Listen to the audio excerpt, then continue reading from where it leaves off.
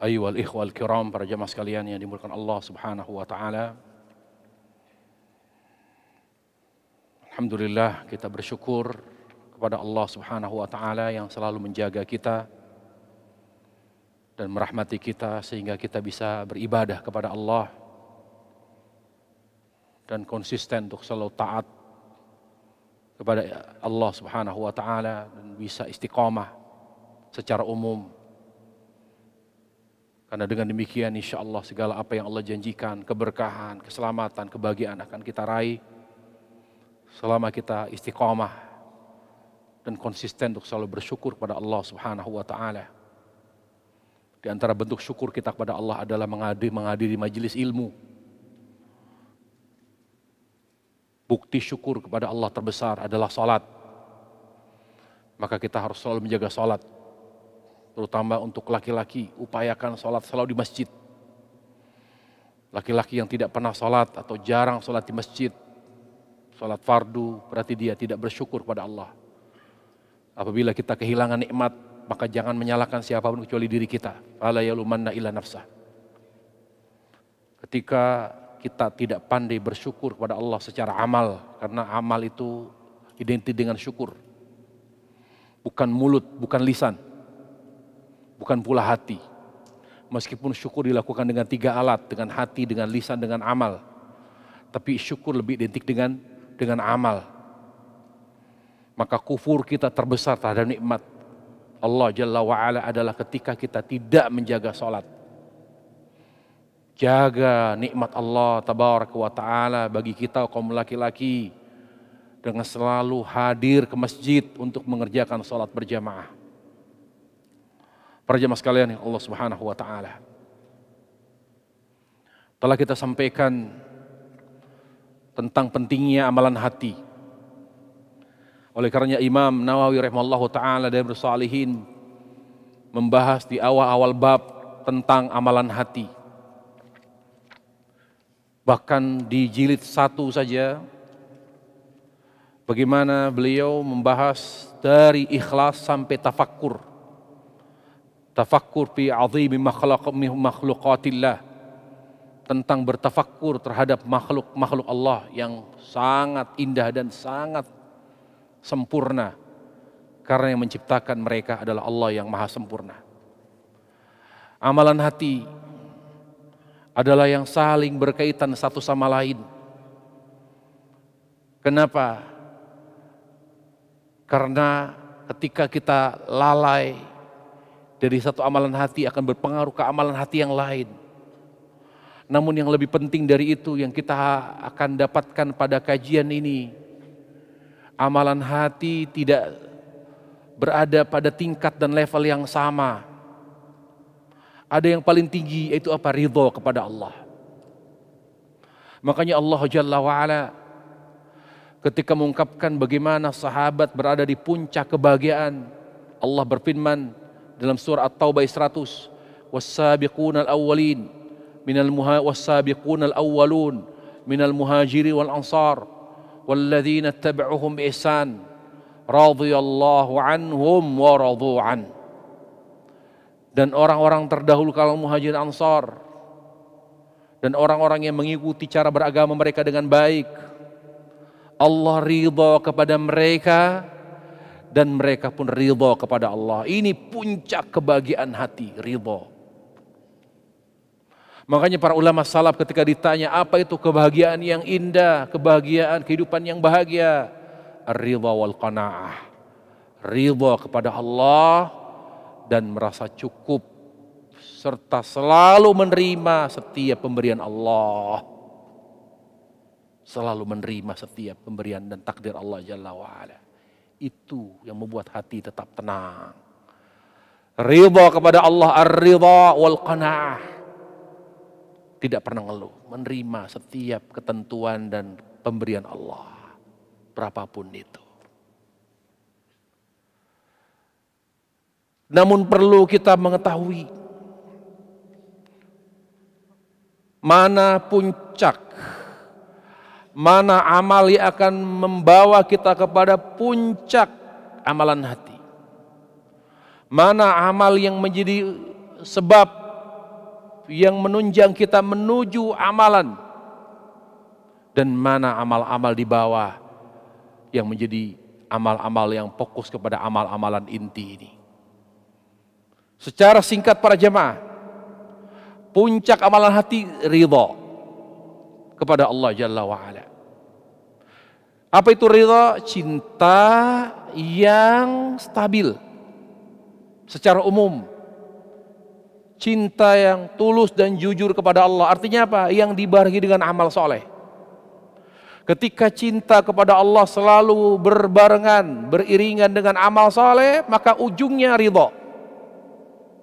Itulah keunggulan sahabat Rasulullah. Mereka punya ilmu agama yang sangat dalam pemahamannya, dan amal mereka tidak bisa ditandingi oleh generasi umat Islam setelah mereka. Mereka adalah umat Islam, generasi pertama umat Islam yang amalannya terbaik. Makanya kata para ulama, "Lau kana khairan lasabaquna ilaihi." Kalau ada kebaikan, pasti mereka yang lebih dahulu mengamalkannya. Tidak ada satupun kebaikan yang luput dari mereka. Tidak ada. Makanya sebagian ulama saya mengatakan, kalau ada amal kebaikan yang tidak mereka amalkan, diklaim sebagai amal kebaikan, itu bukan amal kebaikan. Lau kana khairan lasabaquna ilaih. Karena kalau amal itu baik, pasti sahabat sudah mengamalkannya. Karena tidak ada satupun amal kebaikan yang luput dari mereka.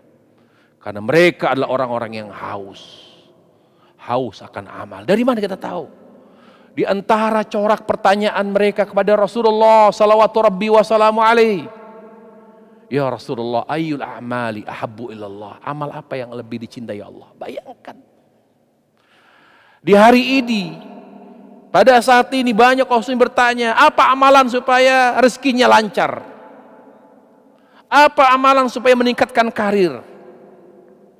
Amalan apa yang membuat kita sukses? Selalu amalan-amalan atau pertanyaan-pertanyaan yang kita ajukan kepada guru-guru kita, orientasinya dunia.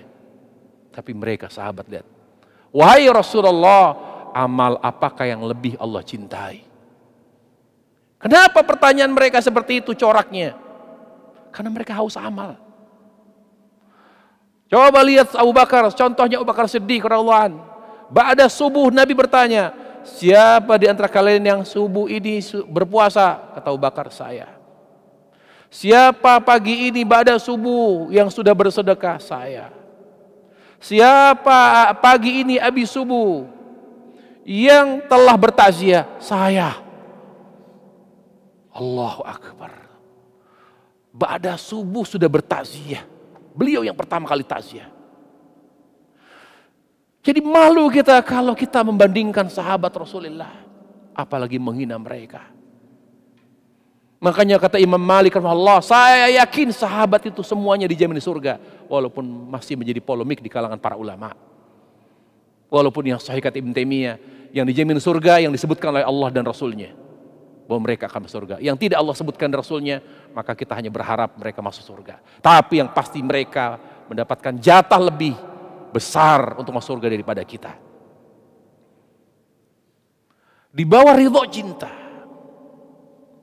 disinilah kebahagiaan. Makanya Allah menyebut cinta kepada Allah itu zikir. Allah katakan dalam surah Ar-Ra'd ayat 27, ala bi dzikrillahi tatmainnul qulub. Ketahuilah dengan zikir kepada Allah maka hati ini akan tenang. Di situ ada hasar, pembatasan, pengkhususan bahwa yang bisa membuat hati tenang hanya zikir, tidak ada yang lain. Jadi Allah menutup pintu penelitian. Allah menutup pintu studi apapun. Tidak perlu ada penelitian, baik itu dari S1, S2, S3 terkait dengan kebahagiaan, kecuali melalui ayat ini. Siapapun yang berkuliah, siapapun yang sekolah, yang membahas temanya, topiknya tentang kebahagiaan hati, maka jangan melalui apapun kecuali melalui ayat ini. Ala bi dzikrillah tatmainnul qulub. Ketahuilah hanya dengan zikir hati ini akan tenang. Di situ Allah membatasi bahwa zikir hanya zikir yang dapat menenangkan hati. Apa itu zikir? Rujuk kepada para pemufasir. Apa kata mereka zikir itu? Zikir itu cinta dan taat kepada Allah. Coba kita rasakan, ini bentuk ketaatan kita kepada Allah, majelis ilmu. Kita harus jujur. Adakah ketenangan kita dapat di tempat selain ini? Ketika kita berada di kantor, bawaannya dunia, pusing, penat kepala. Tapi ketika duduk majelis, walaupun hanya 5 menit, 10 menit, 4 jam, tapi kok beda rasanya. Itulah dzikir. Meskipun mungkin materi yang disampaikan kita sudah tahu, tapi ketenangan kita dapat. Nazalat alaihimus sakinah, kata Rasulullah salawatu rabbi wassalam alaih. Ketenangan, kesejukan hati yang kita dapat ketika berada di majelis ilmu taman surga. Ya ikhwatal iman, cinta kepada Allah, inilah dzikir, inilah kenikmatan, inilah kebahagiaan. Makanya Allah Jalla wa'ala men-setting jiwa dan hati kita hanya satu fungsinya, mencintai.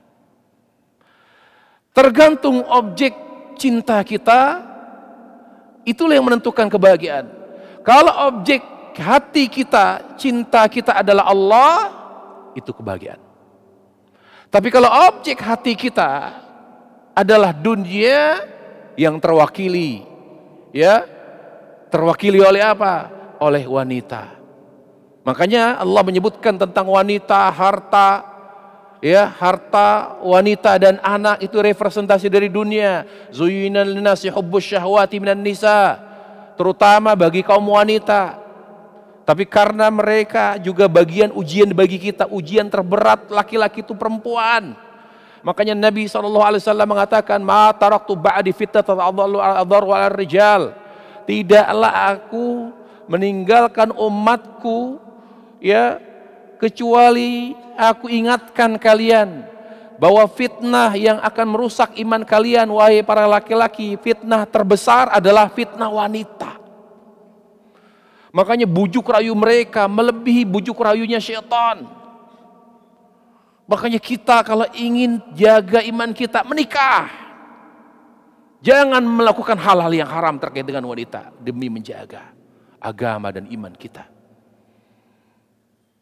Yang halal jangan dihalangi. Karena wanita itu menentukan separuh iman kita, separuh agama kita. Apa kata Nabi alaihissalam? Seorang laki-laki yang menikah, dia telah menyempurnakan seluruh agamanya. Jadi kalau kita sudah mendapatkan istri satu, maka pertama pastikan istri kita solehah. Disitulah kenikmatan. Makanya Nabi mengatakan ada arba'u minas sa'adah, ada 4 hal yang membuat laki-laki itu bahagia.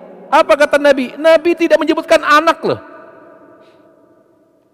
4 apa? Wanita solehah, rumah yang luas yang bisa menjadi tempat silaturahim, tempat kajian, tempat buat kumpul keluarga, kendaraan yang baik, yang lancar, kemudian tetangga yang soleh. 4 arba' minas sa'adah. Rasulullah SAW mengatakan, siapakah kalian mau tahu siapa orang yang sempurna hidupnya? Orang yang sempurna hidupnya, kata Rasulullah SAW, yang pertama yang punya hati yang bersyukur, itu paling sempurna sudah, lengkap hidupnya. Tidak mesti harus punya rumah di daerah komplek yang elit, sangat elit, gak perlu. Segala sesuatunya difasilitasi, ada fasilitasnya, tidak. Hati yang bersyukur, lengkap sudah hidupnya. Yang kedua, lisan yang selalu berzikir kepada Allah. Yang ketiga, punya istri salehah. Tahukah anda para jemaah? Kata Ibnu Katsir rahimahullah, kunci kenikmatan, ketenangan laki-laki itu di perempuan. Makanya Allah katakan, wa min ayati an khalaqalakum min anfusikum azwaja.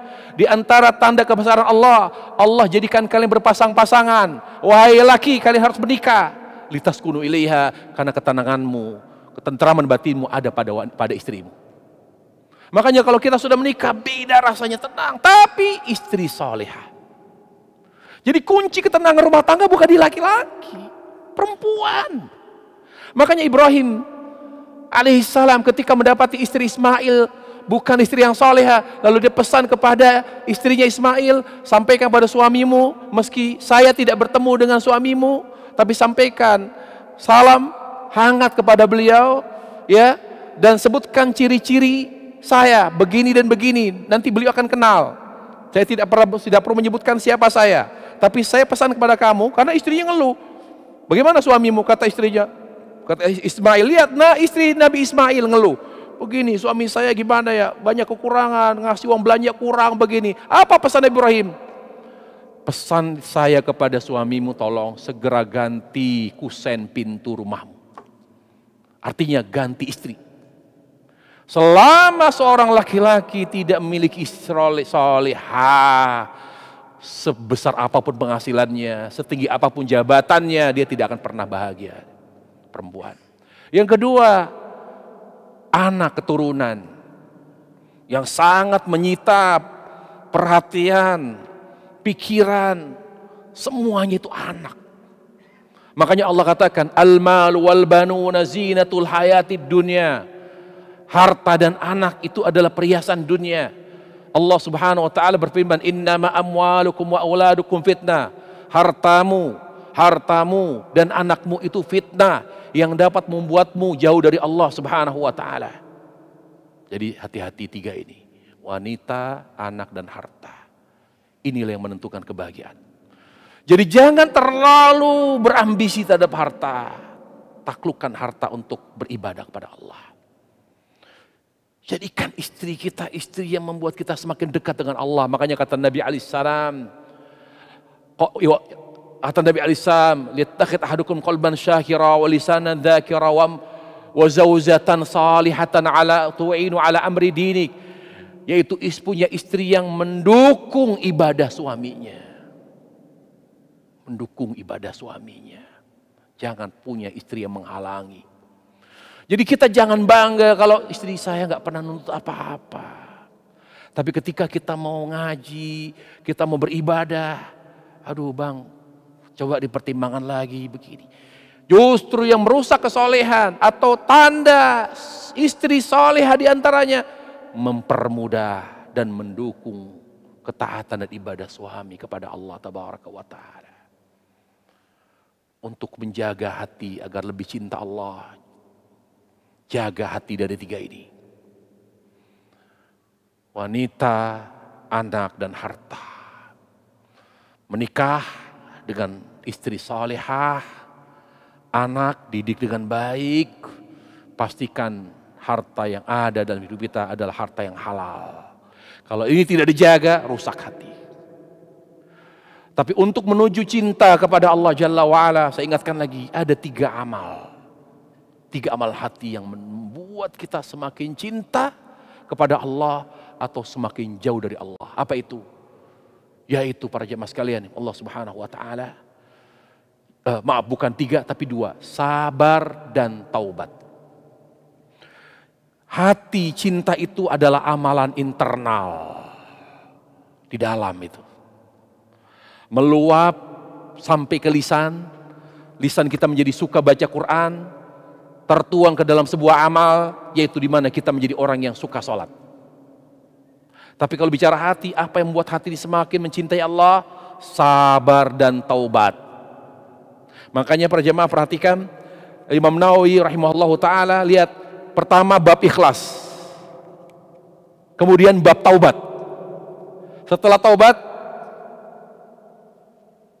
bab taubat, bab sabar. Coba buka Riyadhus Shalihin. Kenapa bukan bab syukur? Kenapa bukan bab jujur? Kenapa bukan bab tawakal? Karena sabar dan taubat itu yang akan menunjang ikhlas. Karena beliau ingin menjelaskan, ikhlas itu sudah masuk dalam paket syukur. Jadi yang mendukung cinta adalah sabar dan taubat. Ini yang membuat hati semakin jatuh cinta kepada Allah. Tenang hati ini. Sabar dan taubat. Makanya kata ulama, 3 amalan yang merupakan indikator seorang itu bahagia di dunia. Apa itu? Di mana dia selalu bersyukur ketika diberi nikmat, bertaubat ketika berbuat dosa dan salah, kemudian bersabar ketika mendapatkan ujian musibah. Udah ini. Tapi untuk membuat hati semakin cinta Allah Tabaraka wa ta'ala, maaf bukan sabar, itu tentang yang eksternal. Saya klarifikasi, saya koreksi. Yang membuat kita cinta Allah Jalla wa'ala, takut dan berharap hanya kepada Allah. Jadi yang membuat hati tenang, pertama kita harus takut. Maaf, kok saya sudah ngaji tapi bermasalah dalam muamalat. Saya tidak bahagia dalam rumah tangga saya. Saya kurang menikmati pekerjaan saya. Bahkan banyak masalah. Saya termasuk orang yang bermasalah dalam muamalat. Susah menjadi orang baik. Selalu cenderung kepada keburukan dan penyimpangan. Ya, karena kita tidak punya benteng hati yang cinta, yaitu takut kepada Allah. Makanya kajian tadi, kajian tafsir, Allah menyatakan bagaimana kita bisa menjaga hati dari fitnah dunia. Allah katakan 2 caranya. Wa amma man khafa maqama rabbi. Yang pertama, takut kepada Allah. Jadi yang membuat orang susah menjadi orang baik ketika dia tidak punya rasa takut kepada Allah. Wa amma man khafa maqama rabbik. Wa amma man khafa maqama rabbika wa nahan nafsa 'anil hawa. Yang kedua, menjaga jarak dari hawa nafsu. Dengan cara apa? Berpegang teguh dengan tuntunan Rasulullah SAW. Kalau bicara hati, istiqomah hati dengan apa? Dengan takut kepada Allah. Jadi kita tidak akan pernah benar hati kita kalau tidak takut Allah. Itu kuncinya. Makanya kata ulama, ibadah terbaik akhir zaman dengan segala godaan, penyimpangan, kerusakan, takut kepada Allah. Makanya apa? Salah satu doa Nabi, ya Allah, hadirkan pemimpin yang takut kepadamu ya Allah. Mimman yakhafu wa yattaqi. Hadirkan pemimpin yang takut, karena kalau sudah takut dia akan menepati janji. Kalau dia takut dia tidak akan pernah berbohong. Kalau dia takut tidak akan berani membolimi rakyat. Itulah pentingnya takut kepada Allah. Makanya Rasulullah SAW bersabda, al-imanu qaidul fatq. Rasa takut kepada Allah itu benteng. Benteng terakhir seorang muslim. Bukan ibadah salat, bukan ibadah puasa, bukan ibadah apapun. Kalau orang ingin betul-betul selalu istiqomah, tetap baik di atas batas kebaikan, ketika di luar itu sudah buruk, maka jaganya apa? Yang menjaga hati ini tetap baik. Takut kepada Allah dengan cara yang benar. Contoh, perlu diingatkan takut dengan cara yang benar. Ketika kita bermasalah, memakan uang orang misalnya, investasi orang kita gunakan untuk kepentingan pribadi, kemudian mereka nuntut dikembalikan uang kita, dikembalikan uang mereka, lalu kita bilang, iya saya kembalikan, ya tapi jangan dipaksa untuk kembalikan. Lah ini sudah lama Anda tidak mengembalikan. Lalu kita bilang, gini aja deh, kalau Anda ingin maksa ingin dikembalikan uang Anda, saya pasang badan deh. Ini cara takut yang salah. Cara takut kepada Allah yang salah ketika kita bermasalah dengan orang lain terkait dengan hak mereka. Kembalikan. Bicara baik-baik. Ambil titik tengah. Saya tidak bisa membalikan dalam jumlah besar, dalam waktu singkat. Bolehkah saya cicil? Begitu. Wallahi banyak orang yang tidak paham bagaimana cara menunjukkan rasa takut kepada Allah Subhanahu wa taala. Kemudian para jamaah sekalian Allah Subhanahu wa taala, selain takut juga jangan pernah kita berharap kepada makhluk. Ini yang membuat hati dan jiwa kita rapuh. Jangan berharap kepada anak. Jangan berharap kepada karyawan, bawahan, siapapun. Tetap hati ada kemandirian. Tetap kita beramal, tetap kita bekerja. Kalau ada yang bantu alhamdulillah. tapi hati tidak mengandalkan mereka, tidak bersandar kepada mereka. Hati hanya bersandar kepada Allah, hati hanya berharap kepada Allah tabaraka wa ta'ala. Ketika hati kita jaga, hanya berharap kepada Allah, hanya takut kepada Allah, tumbuh kekuatan cinta dalam hati. Mulai terasa kesejukan, ketentraman yang tidak dirasakan oleh orang-orang yang katanya bukan cuma milioner, bahkan triliuner sekalipun. Crazy rich itu tidak merasakan keteduhan hati yang dirasakan oleh orang yang takut dan berharap hanya kepada Allah. Ini cara menjaga hati. Bagaimana menjaga kebaikan amal, istiqomah amal? Jaga dengan sabar dan taubat.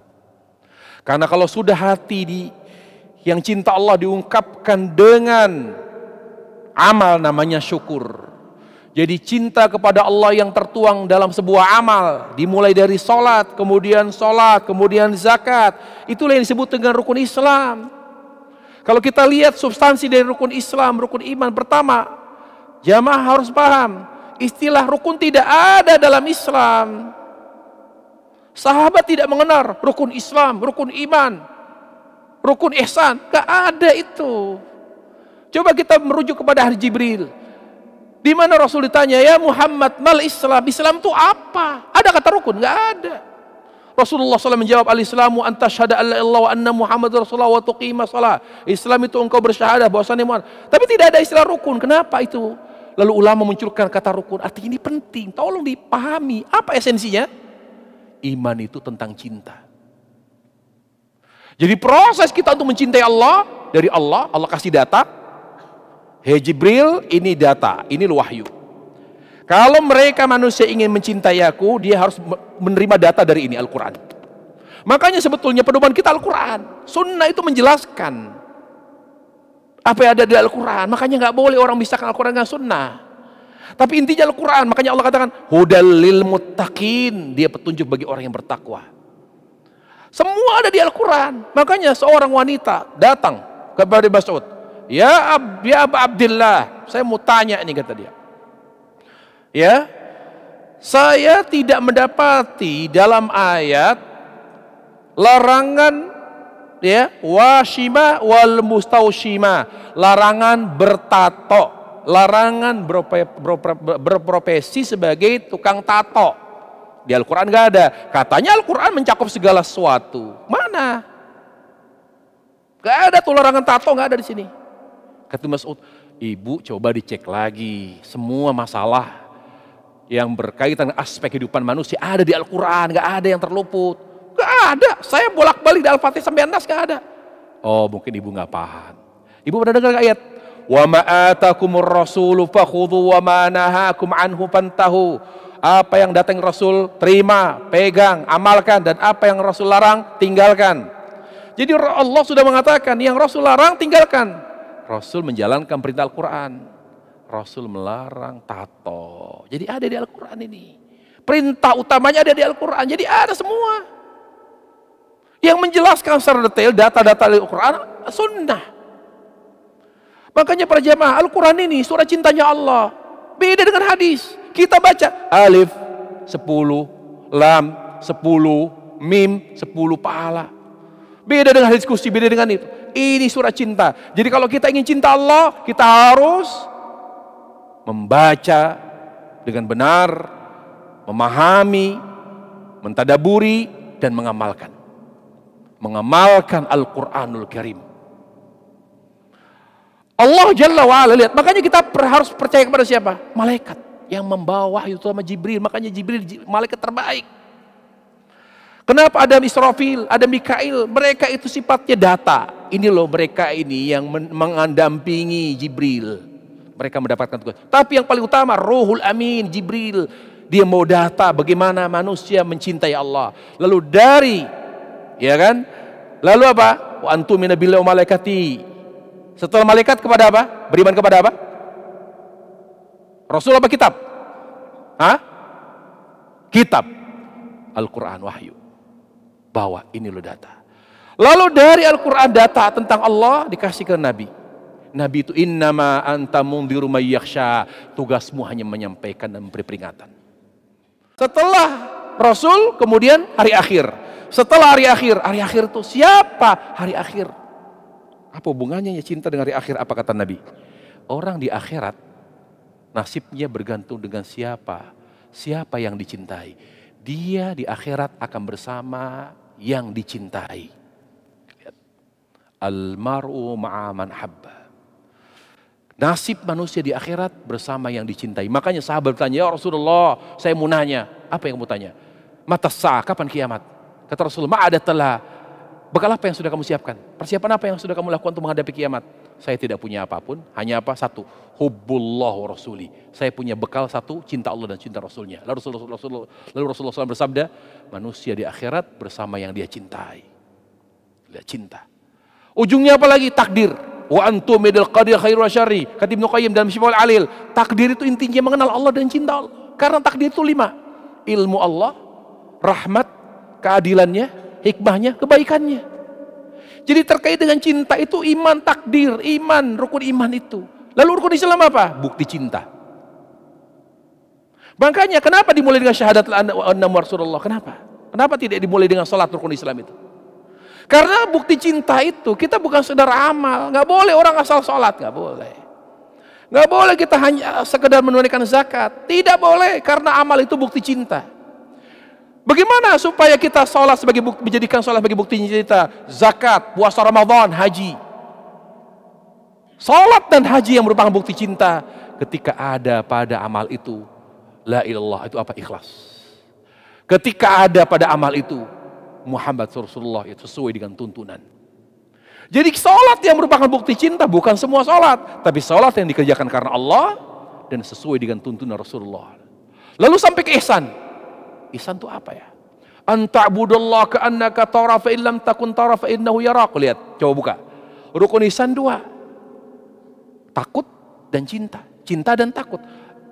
Anta'budallah ka'annaka tara, beribadalah kamu kepada Allah seolah-olah engkau melihat Allah. Artinya kekuatan cinta, raghbah. Fa illam takun tara, kalau kamu tidak bisa melihat Allah dan kebesarannya, fa innahu yarak, maka pastikan Allah melihatmu. Artinya takut, lihat, cinta dan takut. Jadi ujung-ujungnya rukun iman, rukun Islam, rukun ihsan itu terkait dengan cinta dan taat kepada Allah. Rukun iman cinta, rukun Islam taat. Makanya mau tahu, Ustaz mau tahu orang yang taat, lihat salatnya. Bukan silaturahimnya, bukan. Bukti ketaatan terbesar seorang muslim salat, kemudian zakat, kemudian puasa Ramadan, kemudian haji. Itu bukti. Ustaz, orang baik tidak? Dia mewakafin tanah, bangun masjid tapi nggak pernah salat. Bukan, dia bukan orang baik. Orang baik itu dia menjaga salat, menunaikan zakat, puasa Ramadan, dan menunaikan ibadah haji. Tapi ada orang kaya, suka mengumrohkan, menghajikan, tapi dia gak pernah haji dan umroh. Dia bukan orang baik. Begitu para jamaah memahami masalah amal hati. Para jamaah sekalian Allah Subhanahu wa Ta'ala. Ya, jadi yang membuat kita bersyukur, sabar dan taubat kepada Allah. Adapun amalan hati yang lain, apakah dia menguatkan sabar atau menguatkan taubat? Muraqabah, introspeksi diri, menguatkan apa? Taubat. Tawakal, menguatkan apa? Sabar. Jadi semua amalan hati, jadi semua ini kalau kita abaikan akan berdampak kepada sabar kita atau taubat kita. Amalannya akan tergradasi. Di mana amal kita akan bermasalah. Baru amal lalu sampai berimplikasi ke hati. Kapan? Ketika hati ini tidak kita jaga. Wallahi pengawal terbaik hati takut dan berharap hanya kepada Allah. Itu pengawal hati terbaik. Membuat kita tidak mudah kecewa, membuat kita tidak mudah putus asa. Makanya identik daripada atau identitas atau ciri khas seorang muslim, la yasmi rahatillah, tidak pernah putus asa rahmat Allah, selalu optimis dia, yakin. Dia yakin sekali, fa inna ma'al usri yusra, inna ma'al usri yusra. Di balik kesulitan ada kemudahan, di balik kesulitan pasti ada kemudahan. Selalu optimis dia. Kenapa? Karena dia selalu jaga hati dengan takut dan berharap kepada Allah. Itu cara menjaga hati. Bagaimana Ustaz menjaga amal agar istiqomah? Sabar dan taubat. Menjaga hati dengan takut dan berharap. Menjaga amal agar istiqomah dengan sabar dan selalu bertaubat pada Allah. Makanya Rasulullah dia tidak punya dosa. Coba kita mikir deh. Merenung. Nabi tidak punya dosa tapi taubat 100 kali. Artinya beliau ingin mengajarkan kita, taubat itu membuat kita istiqomah. Beliau makanya orang yang paling istiqomah. Istiqomah karena beliau tidak pernah meremehkan dosa, tidak pernah menunda taubat. Bagi Nabi taubat tidak menghapus dosa karena beliau tidak punya dosa. Bagi kita taubat menghapus dosa, tapi sekaligus sebagai yang akan membuat kita istiqomah. Mudah-mudahan apa yang sampaikan di kajian ini bisa dipahami dan ditangkap oleh para jamaah sekalian. Intinya adalah bahwa apa yang sampaikan di sini terkait dengan hati sangat penting. Kita fokus kepada sebab-sebab utama tadi, sabar, kemudian taubat yang menjaga istiqomah amal, dan yang menjaga hati agar tetap istiqomah. Karena istiqomah ada dua, istiqomah hati, istiqomah amal. Apa yang menjaga istiqomah amal? Sabar dan taubat. Apa yang menjaga istiqomah hati? Takut kepada Allah dan berharap hanya kepada Allah subhanahu wa ta'ala. Wallahu ta'ala alam wa sallallahu wasallam wa barak ala Muhammad wa ala alihi wa sahbihi wasallam. Subhanakallah bihamdik, asyhadu an la ilaha illa anta, astaghfiruka wa atubu ilaik. Assalamualaikum warahmatullahi wabarakatuh.